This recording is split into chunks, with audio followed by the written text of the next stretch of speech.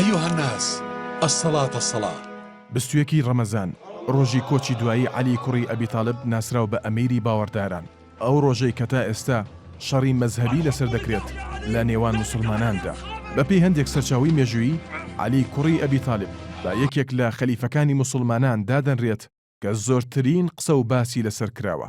بەو پێی بڕیاردان لەسەر خلافەتی ئیسلام و هەڵبژاردننی یەکەم خەلیفەی موسڵمانان تا ئێستا قسەی لەسەر دەکرێت و بە سەرچاوی جیاوازی و ناکۆکی نێوان شیعە و سوننا دێت. باهۆی ئەوەی هەندێک سەرچاوی ئیسلامی پێیان وایە پێغەمبەری ئیسلام درودی خۆی لەسەر بێت مەبەستی بووە کە یەکەم خەلیفەی موسڵمانان عەلی کوڕی ئەبی تاڵب بێت و ئەو سەرچاوانە پێیان وایە کە پێغەمبەر لە وتاری غەدیر یاخود ماڵ ئاوایی بە ڕوونی باسی لەو جێگرەوەی کردووە کە بەپێی هەمان ئەو سەرچاوانە لەبەر ناکۆکی نێوان عەلی کوڕی ئەبی تاڵب و هەندێک لە ئەسحابەکان وای کردووە کە عەلی بە یەکەم خەلیفە هەڵنەبژێردرێت. بەڵام هەندێک سەرچاوەی تری ئیسلامی باس لەوە دەکەن کە هیچ کات عەلی کوڕی ئەبی تاڵب کێشەی نەبووە لەگەڵ سەحابەکان و دانانی ئەبی بەکری سدیق وەکو یەکەم خەلیفە هیچ ناکۆکیکی لەسەر نەبووە و بەلایەوە ئاسایی بووە.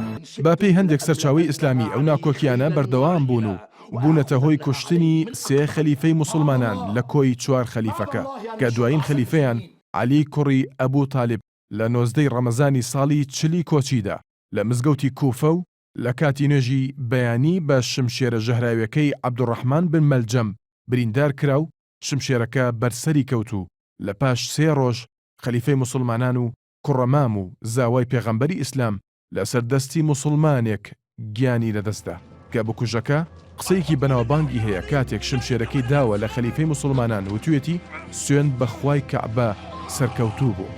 ناکۆکی نێوان بەشێک لە موسڵمانەکان و کوشتنی نێران بە ناوی ئاینەوە تەنها دیاردەیەک نەبووە بەڵکو دوای کۆچی دوایی پێغەمبەری ئیسلامەوە درودی خۆی لەسەر بێت دیاردەی تر هەبووە کە سەری هەڵداوە کە دیارترینیان کوشتنی سێ خەلیفەی موسڵمانانە لە کۆی چوار خەلیفەکە و هەروەها لە 12 ئیمامی شیعەکانیش 11 کەسیان هەر لەلایەن هاوڵە موسڵمانەکانیانەوە کوژراون بە ناوی ئاینەوە.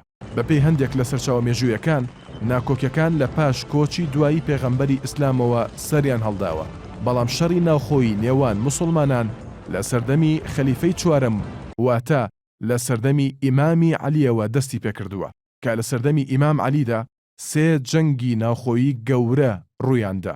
لە ساڵی 36 کۆچیدا لە شەڕی جەمەلەدا کە ناسراوە بە موقعەت الجەمەل تەڵحە و زوبەیر لەلایەن سوپای ئیمام عەلیەوە کوژران کە لە پاڵ بەرەی عائیشەی هاوسەری پێغەمبەر بوون.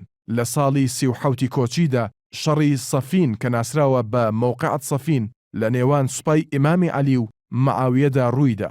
لە ساڵی 38 کۆچیشدا جەنگی نەهڕەوان لە نێوان سوپای ئیمامی عەلی و سوپای نەیارانی ئیمام عەلی کە بە خەوارج یان دەرچووەکان لە ئاینی ئیسلام ناسرا بوون ڕوویدا.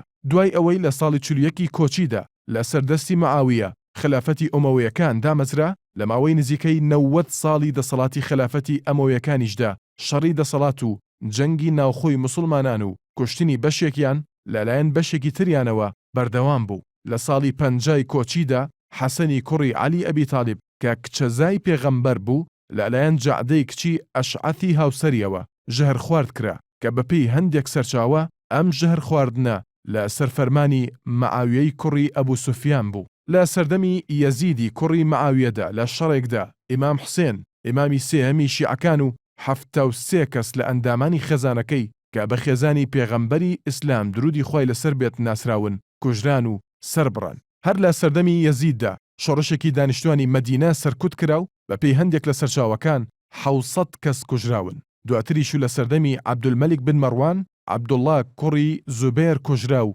لەلایەن حەجاجەوە سەرەکەی برایەوە بۆ عەبدولمەلیک.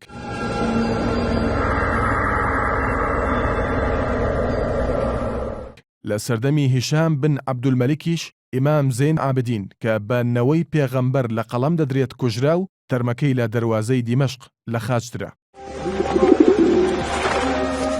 بەپێی هەندێک لە سەرچاوە مێژوویەکانیش چوار لە خەلیفەکانی ئەمەویەکانیش لەلایەن نەیارەکانیانەوە تیرۆر کراون. ئەمانە جگەلەوەی لە سەردەمی ئۆمۆیەکاندا لە ناوخۆی موسڵمانەکاندا چەندین جەنگی گەورە ڕوویانداوە و چەندین شۆڕشیش بە توندی سەرکوت کران.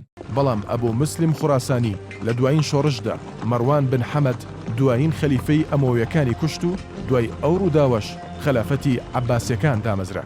ئەوەی جێگەی سەرنجە یەکەمین خەلیفەی عەباسیەکان لە تۆڵەی ئەو کوشتن و کوشتارانەی ئەمەویەکان لە سەردەمی دەسەڵاتی خۆیاندا ئەنجامیاندا بوو، هەموو خانەوادەی ئەمەویەکانیان کوشت، تەنانەت گۆڕی بەشێک لە خەلیفە ئەمەویەکانیان هەڵدایەوە و پاشماوەی تەرمەکانیان سووتاند.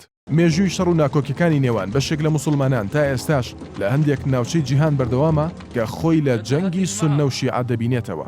بەڕای بەشێک لە مێژوونووسان دووبارە بوونەوەی پێکدادانەکانی سوننە و شیعە لە مێژوو ئێستادا دەگەڕێتەوە بۆ ئەوەی زۆرێک لە موسڵمانان ویستویانە ئەو مێژووە بشارنەوە لە شوێنی ئەوەی بە ئاشکرا باسی بکەن و وانەی لێوەربگرن و سەرەتای ئەو ناکۆکیانە دووبارە نەکەنەوە تاوەکو لەگەڵ یەکتردا نەجەنگن. يا معشر المسلمين لا يتخلفن أحد عن بعث أسامة وانطلقوا من يومكم هذا حتى يوافيكم خليفة رسول الله في الجرف.